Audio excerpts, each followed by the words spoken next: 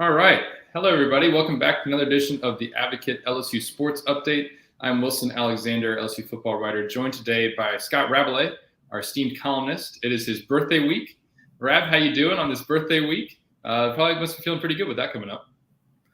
What's that, Sonny? I didn't quite catch that. I'm getting a little old. No, thank you. Thank you. Yeah, it's once you get past a certain number, it's just another day, for the most part. But we'll try to enjoy ourselves. Absolutely. We get to spend part of it in Epcot and then watching an LSU football game against Florida. So let's get into that game a little bit. Obviously, LSU is at the halfway point of the season. And Rabin and Leah and myself did a roundtable this morning kind of evaluating a lot of this, which is up at theadvocate.com and NOLA.com. So go and check that out. We're going to kind of be extending that discussion today, talking broadly about LSU at the halfway point, and then get into later a little bit about this Florida matchup. And what to expect and some news and notes about that. But I want to start here, Brad. Obviously, LSU is 4-2 overall, 2-1 in the SEC. But there's certainly some angst, especially when the most recent result that we have to analyze is a 40-13 loss at home to Tennessee. Is this team exceeding, meeting, or falling short of your expectations through 6 games? I thought after 5 games they had a chance to be 5-0, and they did. Or could well be 4-1, and they were. And I wasn't sure how good Tennessee would be. Obviously, they're probably better than I expected. But I think they're about where I thought they would be overall. They've got some deficiencies. They've got some good players that show flashes of being, a quality team that LSU wants to be, but they're not quite at that level yet. And it's just not. I mean, it's just not anyone who thought, hey, really, they could go 11-1 or something like this year. No, they can't, and they won't now because they've got 2 losses. But it's not surprising to me at all where they are.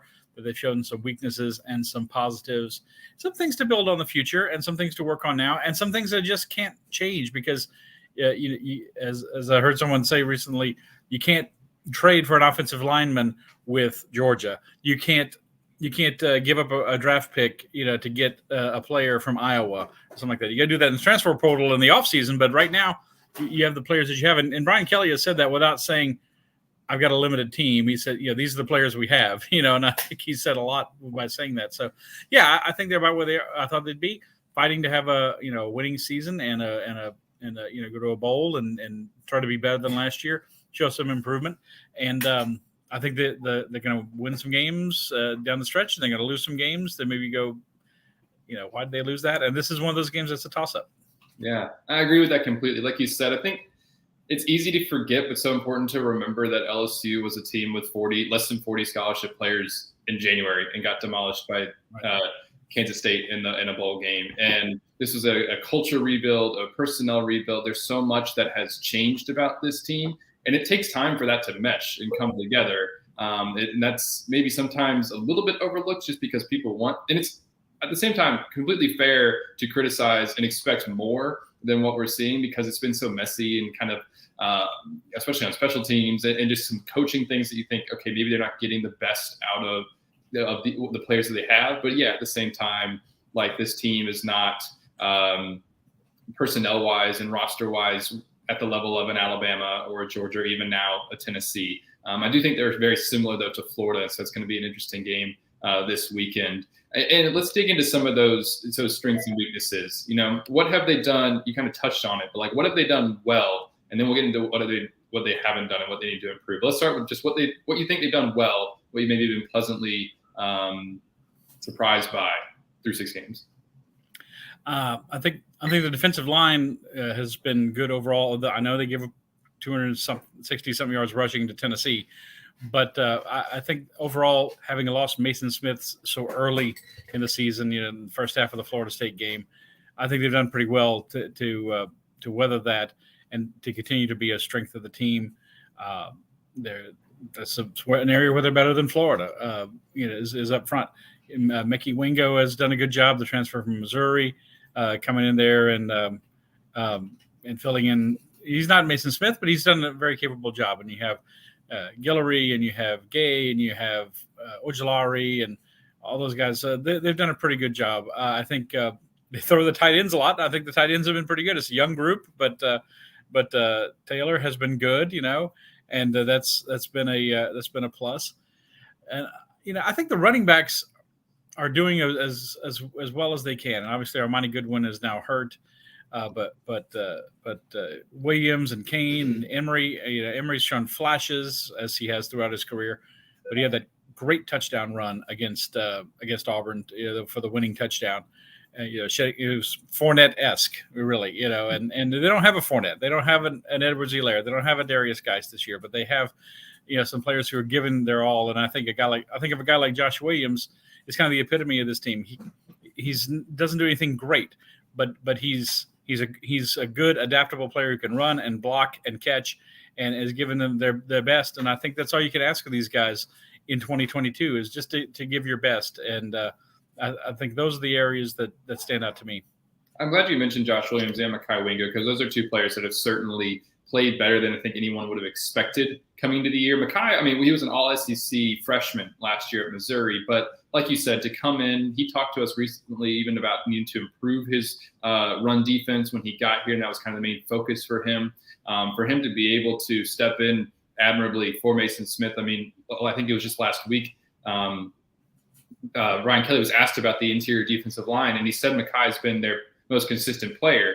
And then even Jacqueline Roy, who had been kind of a little bit banged up, but he finally played really well against Auburn, but they needed to see more of that from him. And just in terms of consistency, it had been Mekhi Wingo. And then, like you said, Josh is obviously the running backs did not have a good game against Tennessee. There was no push up front anyway, but Josh has been doing some good things. And also, I think, like you kind of mentioned, also we think about like this season so much about building toward the future. The offensive tackles, the play of Will Campbell and Emory Jones, that's been a pleasant surprise, because those are two guys who, okay, you have those two. You've got Garrett Dellinger for at least another season. Those are some like three people on the offensive line who you can really build around and start to actually construct a group up front that is able to maybe push off the line of scrimmage and be that dominant offensive line. Because that's what, when we start now to kind of shift into what else needs to improve or what maybe hasn't gone so well, is this offense wants to be a dominant run game and be able to build up kind of off of, winning at the line of scrimmage. And that has not happened. And so I think that is sort of spiraling into a lot of different issues, but it also shows me that as a coaching staff, they probably need to get more creative and get these wide receivers more involved, because, they just don't have the personnel up front right now to sort of be what they want to be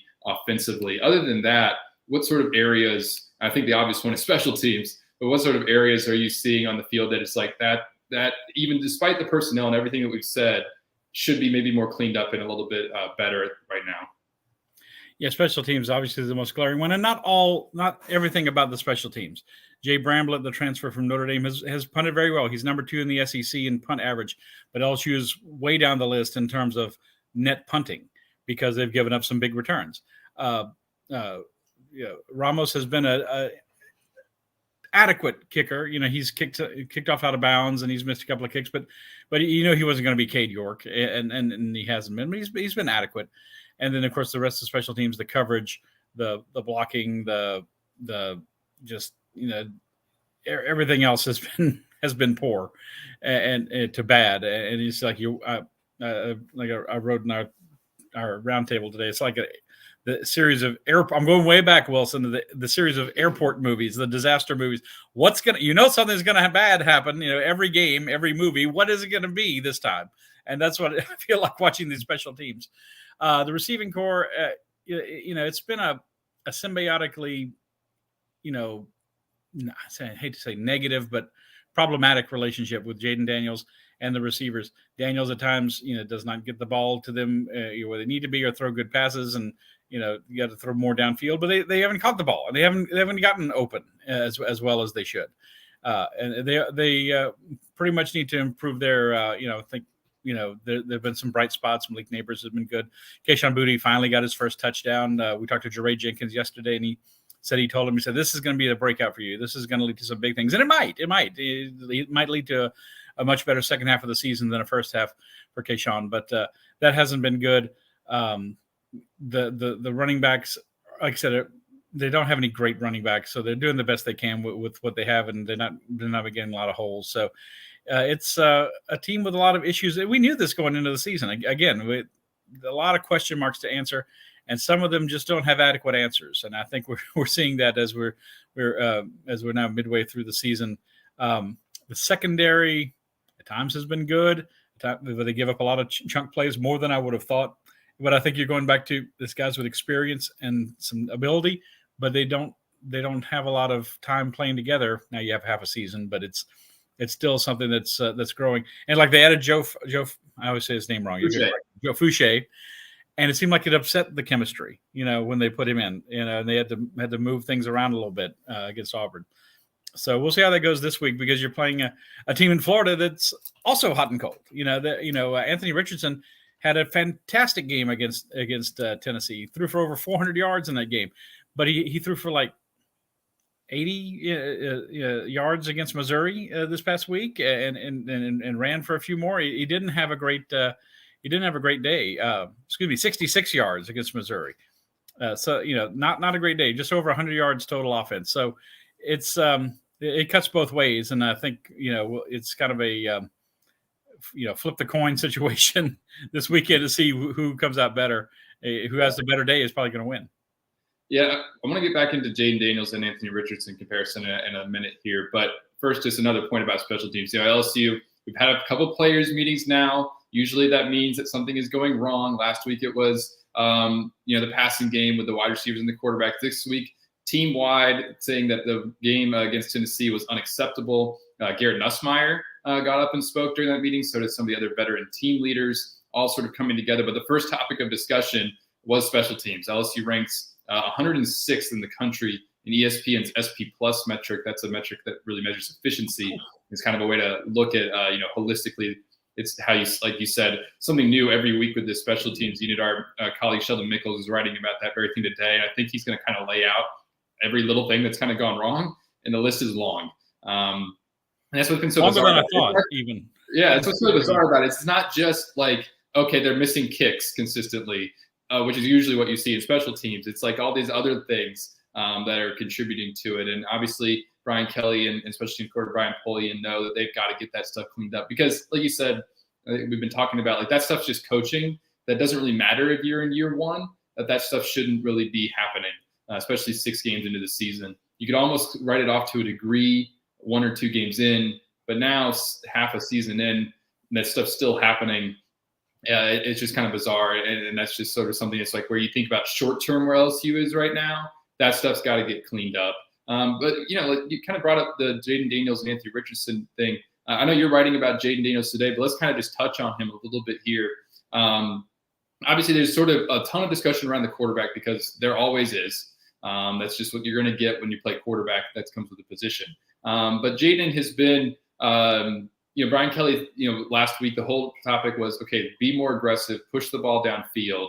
And to a degree, he did that. Brian Kelly even said today, you asked him about it. He said that, they made a step in the right direction. He was a little bit, I think, not like effusive in that comment, but said that, let's continue to see some improvement. But I thought so too, watching that he made some throws into tighter windows. There's a lot that's going on with this offense. I don't think it's all on Jaden Daniels, but if you could just sum up for me your thoughts on how he's played halfway through the year and kind of what you want to see in the back half of the season. Yeah, he's not a terrible quarterback. He's not an elite quarterback. He's got some ability. He's the fastest. Let's say a positive. Start with positive. In 30 years of covering LSU football, he is the fastest quarterback I've ever seen at LSU. Definitely. So he's got the mobility, and although earlier in the season it seemed like that was kind of cutting both ways because he would take off too soon instead of going through his progressions. He's gotten better at that.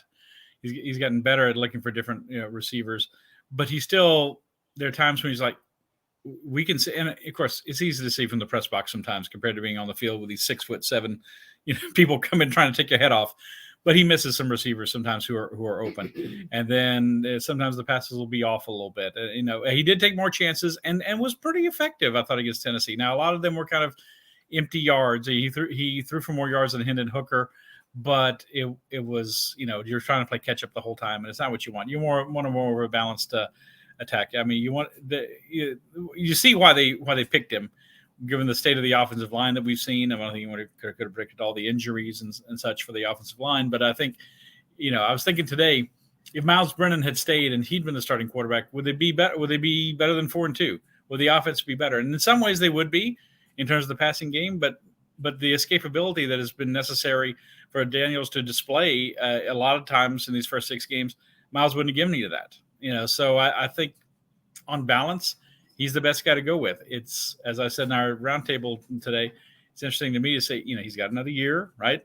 Will we be talking about him as the starter midway through 2023, or will they, go to Walker Howard, or will they bring in another transfer? Because LSU, to eventually get where they want to be, they're going to have to be perfectly blunt, they're going to have a better quarterback than Jaden Daniels. And is he a stopgap, or is he the guy for now and for next year until they get to, recruiting some more of those guys? I don't know anyone knows the answer to that question, but it's certainly a position where you can change your fortunes rather quickly in college football these days with the transfer portal. It's always been kind of volatile with quarterbacks, but even more so now. So I think it's very interesting going forward. But for now, this week, and it seems like the remainder of the season, he's the guy they're going to stick with. I saw someone say once they get the last 3 games of the season, they should play Walker Howard. I don't think they're going to make that decision. I think Walker's probably going to redshirt, and that's going to be it. But there are a lot of interesting questions going forward. But for right now, he's the guy. He's improving. He could improve more, but he's been about what I expected to see out of him overall. Yeah, I agree with all that. And also, if they were to play a quarterback the last 3 games of the year, it would be Garrett Nussmeier. I don't think it would be Walker Howard because he's a true freshman who was expected to redshirt. And while Walker, they think that the world of him and think that he's getting better every day and that they've really got something in him moving forward. But yeah, he's not going to really be in that quarterback conversation in terms of who's starting until next year. And even then, I don't foresee any sort of switch to Garrett. At this point of the year, it's like if Garrett had beaten out Jaden, then we'd probably be seeing him. Maybe if it really goes off the rails, then maybe. But they like what Jaden does with their legs, and at this point, they think gives them the best chance to win. And it kind of comes down to that. And as we sort of shift into that, focusing instead of the big picture 30,000-foot view, sort of kind of into the here and now. What do you expect to see, I guess, overall, though, from this team second half of the year, starting with Florida this weekend? You're 4-2, like we said, 2-1 in the SEC. It's not a bad place to be in, but it's kind of the way that they've gotten there that's maybe a little bit concerning because it's been so messy at times. But a quality win over Mississippi State that really looks better every week. Mississippi State has put up 40 on Arkansas, put up 40 on Texas A&M, and those are 2 teams that LSU has left in November. But what do you – I think basically they need to get more out of what they have in the second half of the year, clean up those special teams mistakes, just show improvement. I think that's really what LSU fans want to see. Just look better than you did the last 2 years. And in some ways they have, and in some ways they haven't. What do you expect to see out of this team, or maybe think that you should be seen out of this team over the next 6 games?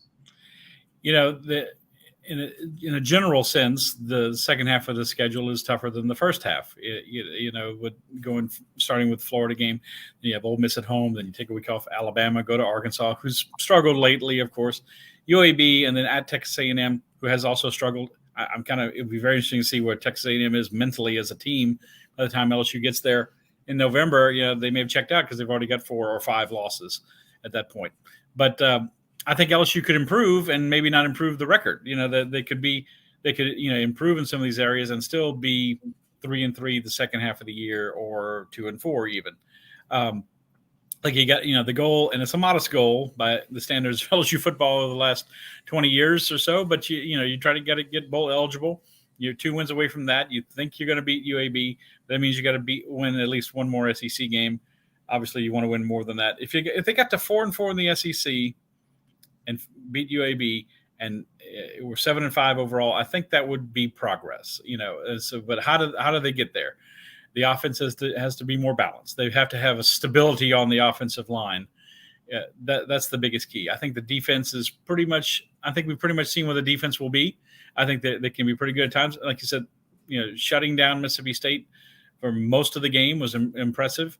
Holding Auburn down, if you got down 17-0, was impressive.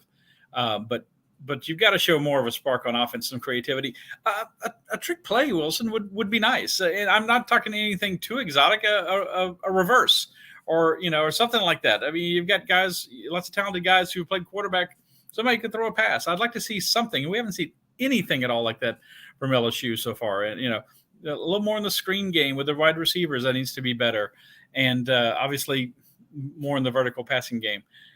Special teams has to improve. I just keep thinking this cannot continue. They're just not going to keep making these horrible mistakes. And in the very first play of the game, Besh, who's, a guy you would say, hey, put Besh back there, right? I mean, if you've asked a lot of us and a lot of fans, a lot of the media, a lot of fans, who would you put back there? Put Jack Besh, and he fumbles it out of bounds. So they've got first string guys playing special teams. That's what the maddening thing about it is for LSU.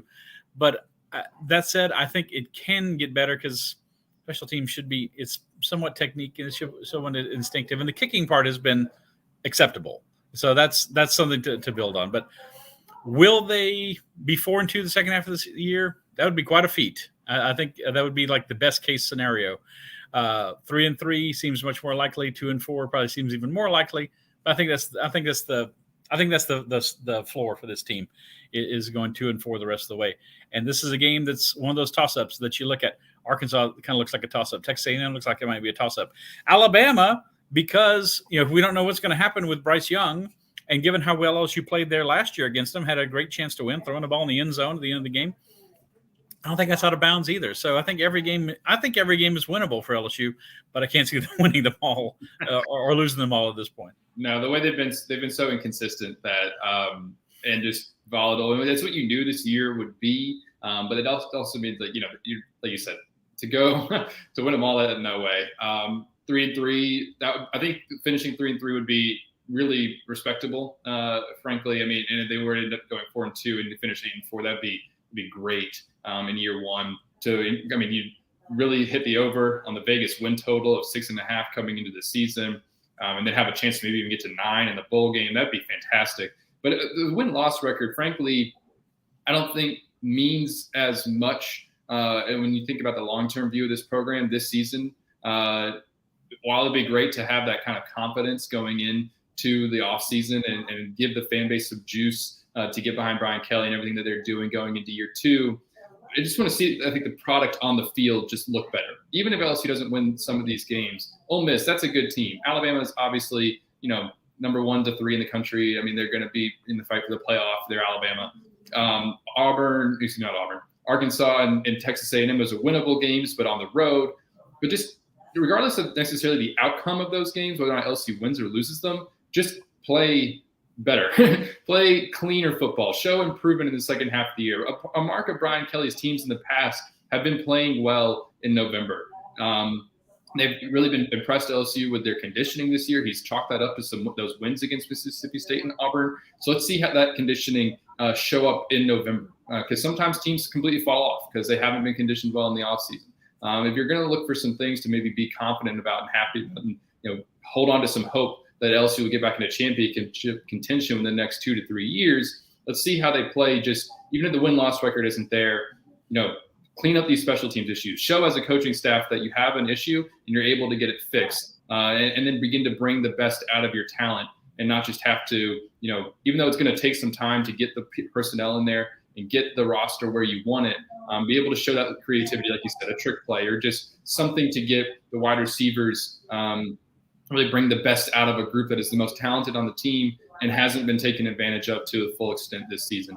I think that would be something that you could at least say, all right, they're moving in the right direction. They've shown some improvement here in year 1, even if the win-loss record doesn't necessarily reflect that. As we go to this Florida game, do you have another point? Yeah. The passing game is the area with the most room for growth and the most room for improvement, obviously. So on Jaden Daniels' part and the receiving course part, yes.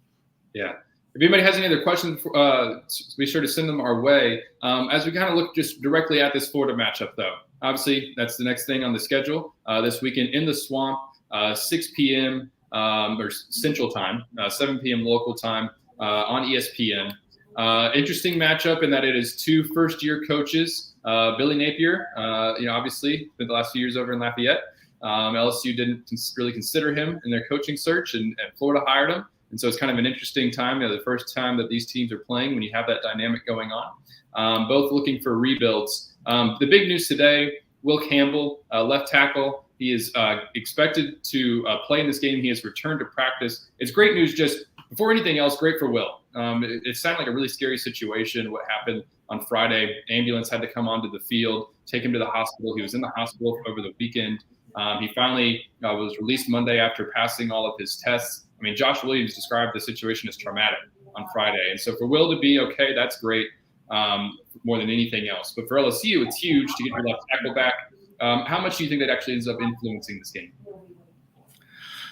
Well, for a couple of reasons, and going back to it, I would say that couldn't have helped LSU's mindset going into the Tennessee game. I'm not saying that's why they lost, because Will Campbell didn't play, and there was this traumatic situation when they had to cart him off the field in an ambulance from the team walkthrough. But it didn't help. It was kind of like when they had the injury to I'm blanking on the name, of course, Wilson, at the first play of the Auburn game on the first kickoff, Seven Banks, and that seemed to affect LSU for a while in the game, and I think contributed to the fact that they fell down 17-0. So it's not everything, but it's not nothing either. So this is a huge boost. I would not have hearing Brian Kelly say Monday, oh, he's just going to be getting out of the hospital. I'm like, hospital on Monday to playing on Saturday. I don't see it, but apparently that's going to be the case. So that's a huge boost. Obviously, he's played very well, a very highly recruited player from Northeast Louisiana, who they've trusted at left tackle. Doesn't mean he doesn't make mistakes, or freshman has some growth, but just like I said, cornerstone to build with him and Emory Jones at the two tackle spots, and you can have them for 2 more years and maybe 3. It means a lot, and I think it's going to be a huge boost for the team psychologically to get him back and to help pass blocking and run blocking, which are obviously the things that offensive tackles do. But I think it's a big boost, and hopefully for LSU's sake, there's no more last second curveball injury problem kind of thing, because they don't need, this team has enough issues. They don't need any more issues going into this game. It's the Swamp is supposedly sold out. I've been to the Swamp a lot of times when it's sold out and the fans are right on top of you. The stands are very close on the sidelines. I know, being a Georgia guy, you're used to seeing Florida play in Jacksonville, but in the Swamp, it's a little tougher atmosphere than a 50-50 stadium, for both teams. And I've seen the Swamp when it's not that many people. When LSU went there 2 years ago, of course, it was COVID. They were like 25% capacity. I think the attendance was like 16,000. And then you had the fog. And, of course, that game had its own memorable qualities to it. But it's going to be more of the Swamp, I think, that we're used to. But Florida's very much in the same boat, and I think you could take the crowd out of this game if you could get off to a decent start and be the team this time that, hey, maybe that would be a good idea for LSU. Let's try to be the team that takes the lead against a Power 5 opponent. That might be something they want to try and find that works for them. They have not held a lead against a Power 5 opponent in the first half since going up 3-0 on Florida State in the opener. They've been outscored 60-31 in the first half of Power 5. That's remarkable. Astonishing, frankly. It's kind of remarkable. But this is a series where history doesn't mean that much. It's interesting to me. Florida owned the series for a long time with Spurrier. Was the coach, but now it's tilted back towards LSU. LSU's won 3 in a row and 9 in the last 12. And the last 5 times, going back to 2004, I told you about this the other day, the last 5 times LSU lost the week or the game before playing Florida, they beat Florida. Some of the games were in Baton Rouge, some of the games were in Gainesville. And doesn't necessarily mean anything about this game, just like the comparative score thing. LSU lost by 27 to Tennessee. Tennessee beat Florida by 5. That doesn't necessarily mean anything either. But it is interesting that this has been a bounce-back spot for LSU in a lot of seasons and a lot of various kind of scenarios. And this reminds me a little of the Troy game, the situation in 2017 when LSU, it was lost a close game, but it still was a loss to Troy that was very embarrassing for LSU because no one expected it. And this is embarrassing in a different way, but they went to Florida the next week and they won 17-16. I think the Gators missed an extra point. That turned out to be the margin in the game. And I think this kind of reminds me of that. This a bounce back spot for LSU, and they're looking at it would be a good win. It wouldn't be beating Tim Tebow, Florida, or anything like that, but it would be a good win for LSU if they could get it. Absolutely, especially to go on the road, break up, avoid any kind of sort of losing, streak here in the middle of the season. Get back on the winning side of things. It's going to be important for LSU to be able to stop the run in this game. Brian Kelly identified the strengths of Florida's team as the offensive line and the running game.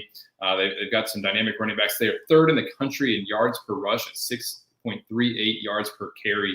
So they're running the football really well. And we just saw LSU get burned on the ground against Tennessee. So they're going to have to come back. That defensive line those linebackers, everybody, they're going to have to be able to come up and stop the run, especially when you have a dynamic running quarterback like Anthony Richardson. Though he has struggled as a passer, and he's been very consistent, like you mentioned earlier. They're going to have to be able to stop the run in this game and contain him. Maybe a big Harold Perkins game after not playing very much against Tennessee. We'll see how it all shakes out. Look for all of our coverage on theadvocate.com and NOLA.com. Subscribe to the newsletter, which is in your inbox. Rabalais handles a good bit of that. Doing it tonight. Yes. Yeah, there you go. Be up late. Come on over if you want to. Exactly. Subscribe to that.